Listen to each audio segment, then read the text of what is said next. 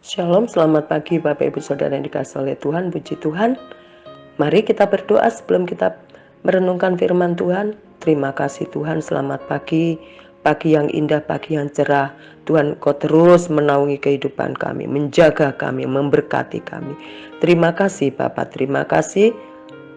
Terima kasih, berikan hikmat-Mu pada kami Tuhan, supaya apa yang kami pelajari pada pagi hari ini Tuhan, kami semakin melihat betapa Tuhan yang kami percaya adalah Tuhan yang hidup. Di dalam nama Tuhan Yesus, haleluya, amin.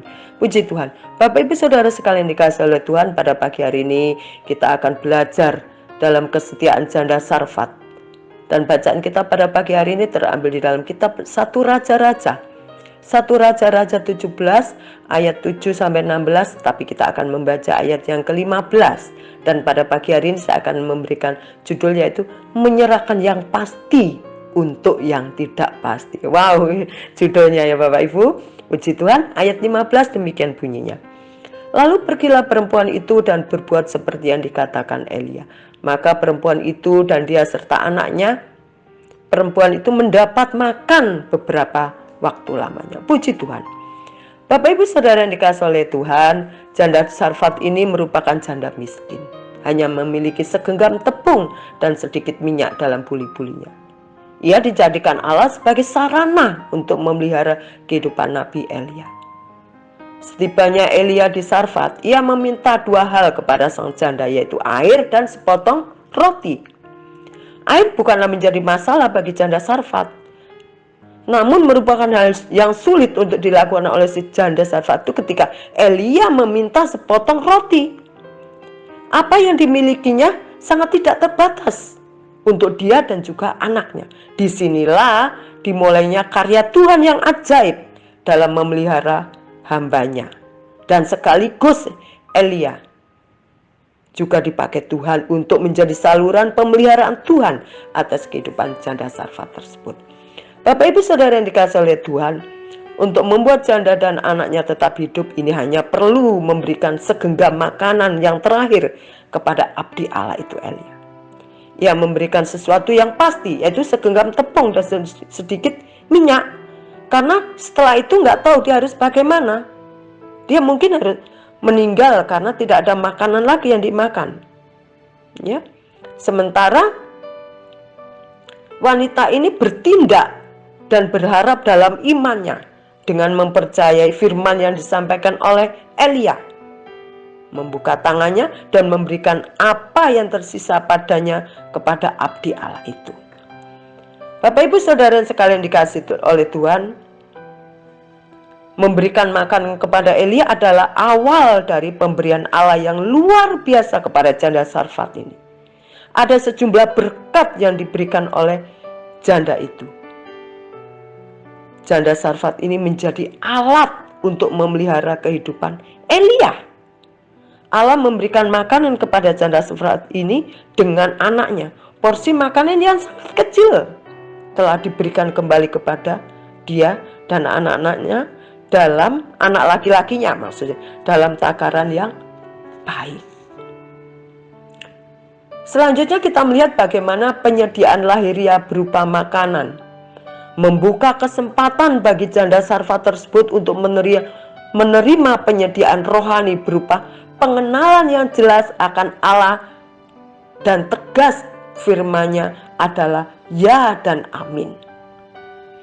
Bapak Ibu Saudara yang dikasihi oleh Tuhan, mungkin kita sering mendengar cerita janda Sarfat ini dan segenggam tepung, serta bagaimana Elia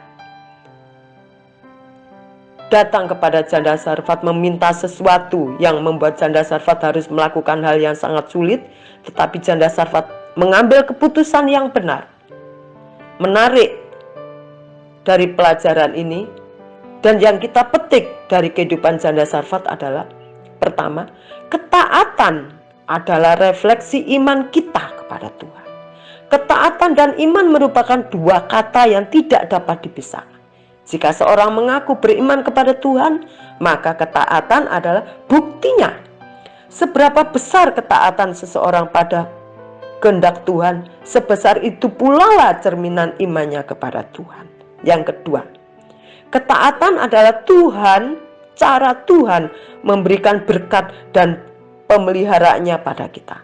Seringkali kita tidak mau taat kepada kehendak Tuhan karena kita khawatir kehilangan keuntungan, kehilangan keinginan, ataupun kehilangan perencanaan kita. Namun tidak demikian dengan Elia dan janda Sarfat.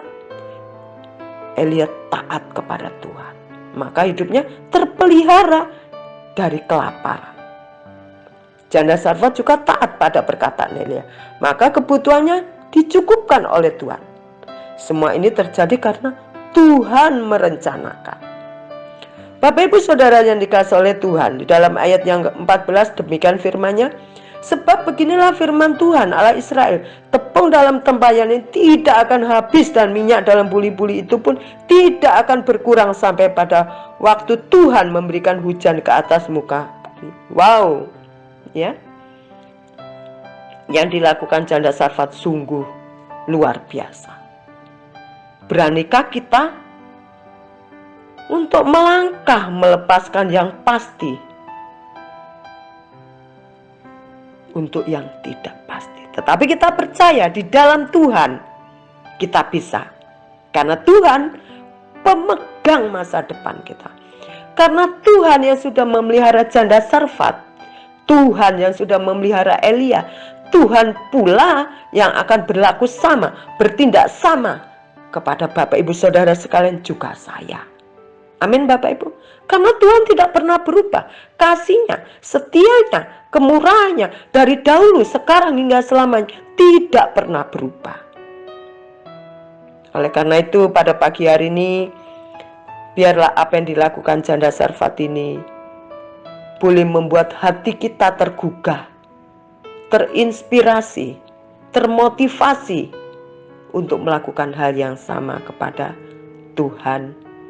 Puji Tuhan, pada pagi hari ini Bapak Ibu Saudara sekalian, juga saya belajar memberikan yang terbaik kepada Tuhan. Puji Tuhan Bapak Ibu, selamat pagi, selamat beraktivitas, mari kita berdoa. Tuhan, terima kasih, kasih-Mu yang tiada pernah terputus, yang tiada pernah habis-habisnya Engkau selalu berikan kepada kami. Kami sudah nikmati berbagai hal berkat.